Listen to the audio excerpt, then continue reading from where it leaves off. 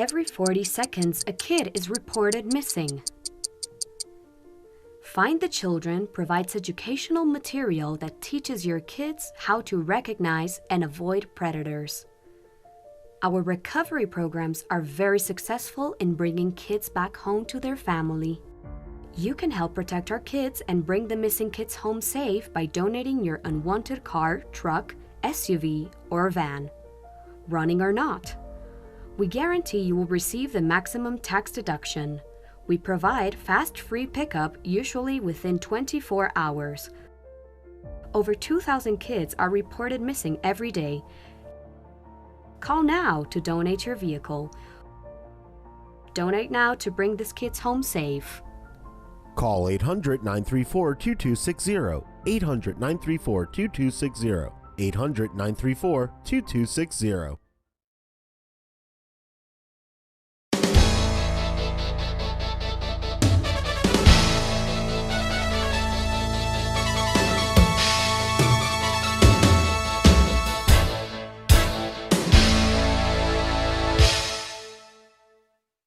Welcome back to Turnpike Sports. Dave Weishottle with you. Anyone who listens to the show on the radio or any podcast we do has heard the name GeoComply.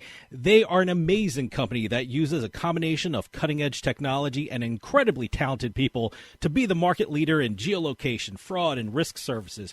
In the gambling industry, they make the industry safe, not only for customers, but for the operators. And we are lucky to have one of those talented people on the line. Michael Dawson was a former Secret Service agent, and now he's Law Enforcement Liaison for GeoComply, and he is on the line right now.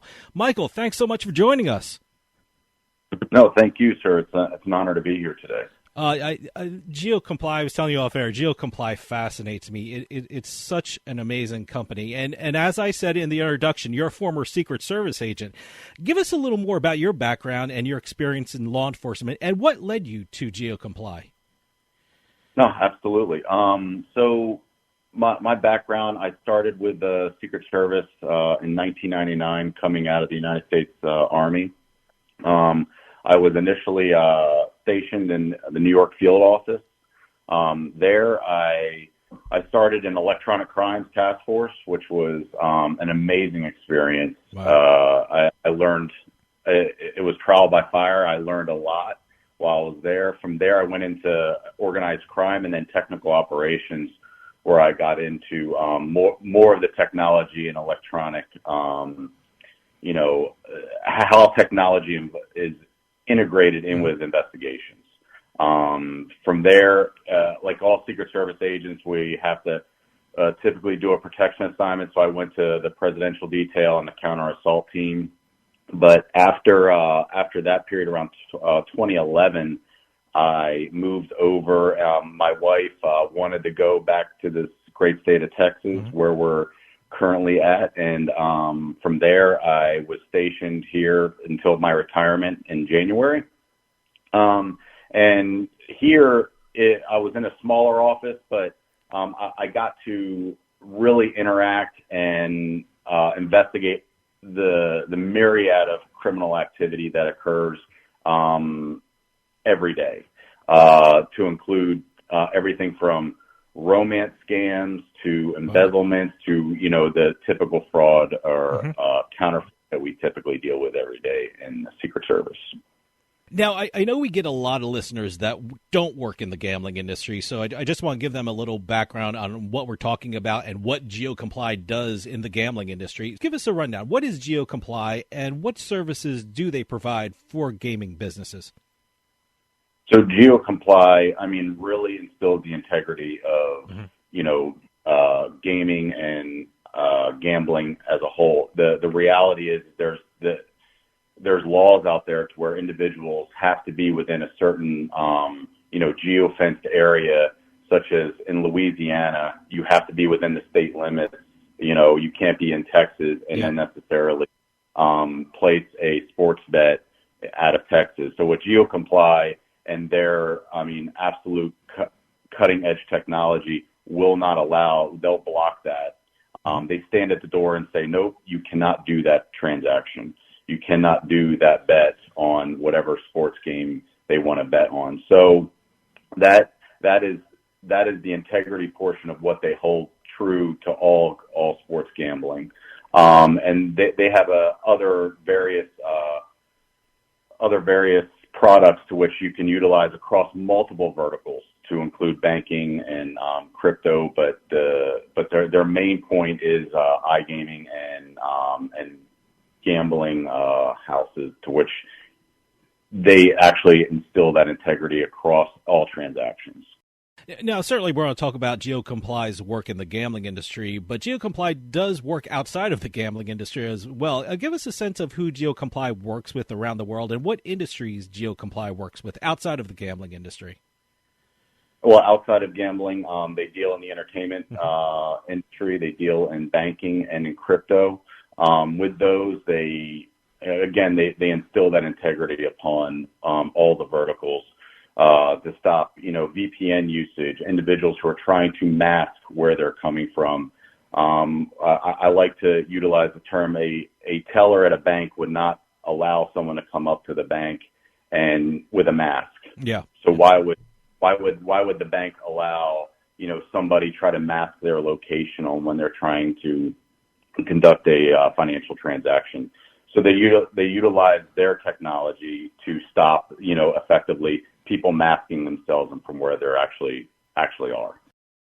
Certainly when we talk about the gaming industry and the gambling industry, everyone uses the word integrity, and you used the word integrity a couple minutes ago.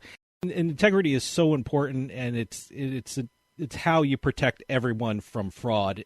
And certainly risk detection is critical in the gaming industry. What has been your experience with crimes involving fraud, and is the gambling industry more susceptible to these types of crime just because of the nature of the business?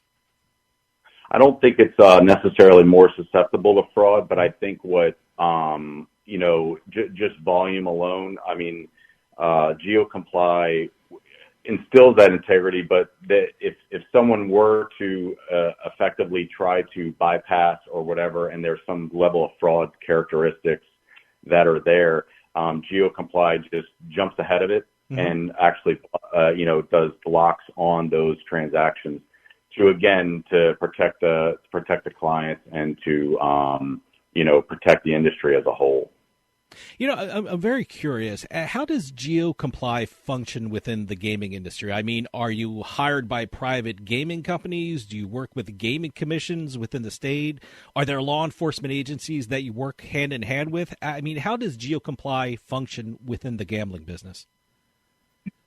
So yes, it's multiple variables there. So there are clients that do hire us, and there are regulators that we work with and law enforcement. Each state has their own various laws. From district to district, they effectively have their rules in place. So some regulators have law enforcement actions, and some regulators do not, and they have to then move to utilize the state police in certain jurisdictions.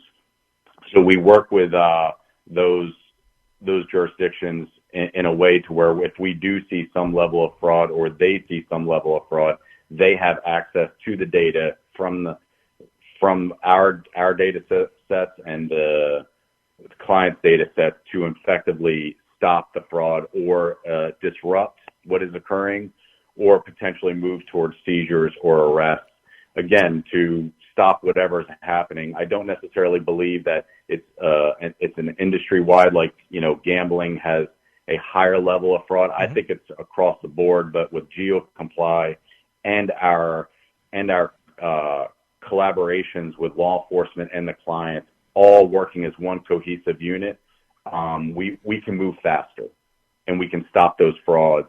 And if arrest is not available to us, or a seizure is not available to us, we can absolutely disrupt it and stop it at the door. You kind of touched on my next question, and I know you just started working at GeoComply, but I was wondering if you see a difference between working in the private sector versus the government when it comes to crimes related to fraud. Is there a different approach that private companies take to these issues other than government agencies? And is the fraud detection techniques different in a private company versus government agencies? No, I don't think it's different. I think it's effectively the same. We all want to stop it. Sure. The clients and everyone are you're taking a risk going into business in any industry. And with that being said, you don't want someone to affect that fraud against you. So as law enforcement, that I retired from back in January, I always wanted to assist, the company in some form or fashion to stop the fraud from an individual who doesn't necessarily deserve it. But on the private side, the same thing. I want to protect all our clients the best way I know how, and I want to give all that information necessary to regulators or law enforcement to stop that fraud. So, clients can prosper. And again, it's a cascading effect. If there's a ton of fraud, that affects the community as a whole. And again, it breaks up that, and again, you use the word integrity of that community or that industry. And I mean, it's paramount. And so I don't necessarily believe it's different. What I do believe I've just jumped on one other side of the team. So, but the team works together well. I'm curious, and I know you're the best person to ask. How has fraud detection evolved over the years, and has it gotten difficult? Because certainly people who commit these crimes also use better technology when they try and commit fraud. But I'm just curious, how has the techniques developed over the years? Oh, great question. So whenever I conducted an investigation, in my former life, I necessarily arrested somebody or disrupted an operation or made a seizure, the crime, whatever it may be, would evolve to then kind of, skirt whatever I'm investigating or what other agents are investigating through the different agencies. What I found coming to light probably around 2011, 13 was it was less than hands-on and more data sets, more data, more technology was necessary to, investigate those types of crimes. So with that being said, I believe that, again, like GeoComply has, you have to evolve, and GeoComply does that along with, the fraudsters. And I just think we're one step ahead of them at all times to try to stop that fraud in every facet available. I've always said that I've been completely fascinated with the technology GeoComply uses. I'm here in New Jersey, and I always tell this story that in 2013, when online casinos and online poker came online in the state, the technology was really still in its early stages. I mean, I can play in my living room, but when I moved to my bedroom, I wasn't able to get online because they thought I was a little too close to the Pennsylvania state line. But it has certainly much improved since then. I mean, certainly I don't want to get into the specifics of the technology for obvious reasons. I don't want to give the bad guys too much information. But overall, when it comes to geolocation and geofencing, as people call it, how precise has it gotten, and how much has it progressed since I started playing online in 2013? No, it has progressed a lot. Based on what I can tell, and it's set in stone. The availability of how precise it is gotten greater, and where it comes down to is it's just going to get even better as time goes on. And, with different types of variables that kick in our technology, I think at the end of the day, at some point it's going to come down to I'm going to be within a foot of, they're going to know exactly where I am if it doesn't get it. To your point, you probably were too close to the Pennsylvania line. Yeah, I probably was. So, and I don't live in a big house, so I was carrying my computer from room to room. Where can I do this? It was such an amazing thing. But like I said, it has progressed amazingly. I mean, you can see where people are gambling. I mean, I was talking to GeoComply the last conference I was at, and I was fascinated. Oh, yeah, we can tell people when they're sitting in a stadium and where they're sitting and things like that. It's absolutely amazing. But we're using the term fraud, and when we talk about crimes involving fraud, it's such a broad term. What are we talking about? Are we talking about identity theft? Is it some type of cheating when we're talking about fraud in the gambling industry? Are we talking about fake accounts when we're dealing with online gambling? What type of activity is the most common when it comes to fraud in the gambling industry? So within the gambling industry, I mean, it all kind of works across different facets. So, you may have individuals that are utilizing fake identities to open accounts to gain, extra bonuses and then effectively cash out. Okay. Or they may be utilizing fake identities to launder their illicit funds from other illicit activities. So it doesn't necessarily, and they may be utilizing, sports books to effectively assist them in whatever fraud they're committing. I mean, they could be committing some level of, a romance scam, and that money then pops into that account, and now they're just trying to move it along through a fake identity. So it could be multiple variables there to that they're utilizing. But fake identities is obviously, a constant. It's been a constant since I started law enforcement, and I think it'll continue. But with stronger KYC and other barriers to stop individuals from doing that, I think is very key with that specific fraud, with identity theft. And that identity theft can be then pushed off to other frauds that they utilize and try to gain whatever funds they're trying to gain. Really, anyone who's played on online gambling accounts knows that some banking information is involved, whether it be through deposits or withdrawal. Is there something that customers who use online sportsbooks or play on online casinos or online poker, is there something they should look out for that would put them on guard for any suspicious activities, or is something that would get the red flags flying for any customer when they see something online?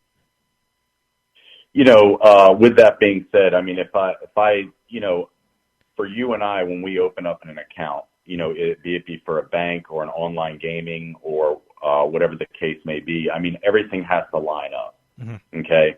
And as it lines up, and as, it's, my name, and my name's associated with the bank account, and that bank account is associated, and these are all reputable companies. I mean, I think that right there paints the perfect picture. But when you're dealing with other items and nothing matches up, and you're utilizing someone else's, phone or whatever the case may be, I mean, yeah, that enormous red flags for all industries across the board. I always say I always like it when a new state starts sports betting or when there's a big anniversary of a sports betting event. GeoComply always comes out with a great report, and I'm always fascinated with the number of accounts that try to place a bet when they're not in the jurisdiction. I mean, we just celebrated Ontario's one-year anniversary for their regulated iGaming industry, and GeoComply came out with an amazing report about how many people try to place a bet who weren't even in the country. And I know Kentucky just started their sports betting industry, and it was incredible to see how many people who were in Missouri who were trying to place bets in Kentucky. So it's obviously that potential threats come outside of jurisdictions. So other than to entertain me, what does GeoComply do with that information? I mean, how are those potential threats initially dealt with? I think, just like the guard at the door, I mean, they stop the transaction. So if you're outside that geofenced area, the transaction doesn't happen. What GeoComply effectively does is, they'll evolve their technology through the information that they have, but some of those individuals not necessarily are being nefarious. They may not realize where they're at. They may have I'm at home, and they're outside the jurisdiction. They don't realize it, mm-hmm. Or they may not even know the law or, the procedures. They're like, I can place a bet here or whatever it may be. And that, I think some of that is there. And I think mm-hmm. that's where we're, kind of jumping in there saying, hey guys, no, you're not allowed to place that bet because you're not even in the right country or the right state. So, but all that data gets utilized to make the products better every day. And with that data, and as fraud evolves, so will GeoComply. And again, we're always keeping that data to keep us one step ahead of the fraudster. You know, one of the interesting things about the gambling business is that each state really controls the industry within their borders. I mean, they have their own gaming commissions, their own regulators, their own rules and regulation, and it's their laws that control the gaming industry within their borders. But as we heard and as we talked about, threats come from all over the world and from different jurisdictions. If fraud is detected, is that something that the state has to deal with through their own courts or their own agencies, or does the federal government become involved because we have bad actors coming in from different jurisdictions creating fraud? When GeoComply discovers someone trying to commit fraud, what law enforcement agencies will GeoComply work with regarding that fraud? Oh, great question. It's, again, I talk about the team. Mm-hmm. And with that fraud that comes in, it really comes down to, what type of fraud is it, how prolific is it, and how aggressive it is. But it can fall under either, and it can really fall under both. So just as an example, let's say Louisiana has and I keep using Louisiana because I'm so close to Louisiana. Let's say they have some level of fraud that's occurring and it's large enough, they may be able to handle it, and I think they would be able to by themselves. Mm-hmm. But they may want to call in extra resources from the federal government. And they may say, hey, this is happening overseas or this is happening, domestically. Can you assist across multiple jurisdictions? Or Louisiana State Police or another regulator in another state, let's say Tennessee, could potentially just say, nope, we've got it. We've got the resources. We can handle it. It's really just an agreement between them all to decide who is going to be the lead investigative unit on that. And of course, we would be there hand in hand to provide whatever information they would need to, again, either disrupt, make seizures, or make those arrests in short order. It sounds like amazing teamwork between GeoComply and the states. I mean, is that what really makes fraud detection and really protecting this industry that important, is the teamwork that GeoComply and the states have between each other? No, absolutely. I mean, the teamwork is essential, and the intelligence sharing is essential, because if a group in one state is conducting some level of fraud, be it an identity theft ring or some level of a money laundering ring, and it gets stopped, let's say in New Jersey or New York, well, they're going to say, well, we're stopped here. Let's move over to another state. And that intelligence sharing is huge, and that teamwork is huge to talk amongst each other to say, hey, guys, this is what happened here. Please be on the lookout and, try to stop or at least detect what's occurring. And I think with that collaboration and with that teamwork, we can absolutely, again, move faster than what the fraudsters are doing or the money launderers or whatever the criminals may want to do across all jurisdictions. Being a gaming attorney in this industry, one of the big topics I'm hearing about is cryptocurrency and how will that affect gambling in the future. I mean, some people I've talked to believe that crypto is going to be the wave of the future, but then some people I talk to say, that could be a big risk for the gambling industry to get involved with because of the dangers of fraud. What is your opinion on crypto, and do you think that it has the potential to increase fraud in the gambling industry, or have you seen it increase fraud in the gambling industry? So I have not seen it increase fraud in the gambling industry. What I can tell you is, it's just one level. So within gaming, it offers another availability for someone to gamble. Mm-hmm. Okay, another form of payment. I think what has to happen with that is some level, again, maintaining the integrity of the payment options. And I just think it's another payment option. And with that integrity, and if infrastructure is in place and it's available to the customer, and everyone is trained up properly and that infrastructure is in place, I don't think necessarily it would cause great issue if it is in place. And I do believe that it's going to probably come on board at some point in the future. But again, as all new things and as everything evolves, law enforcement, fraud detection, everything has to evolve with it. So with that, evolution of detection and, tracing of the crypto, and I've worked multiple crypto investigations in my past, and related to different types of frauds. And again, that evolution, the crypto may move fast, but again, that investigative process needs to move just as fast. And I think that is a definite option there.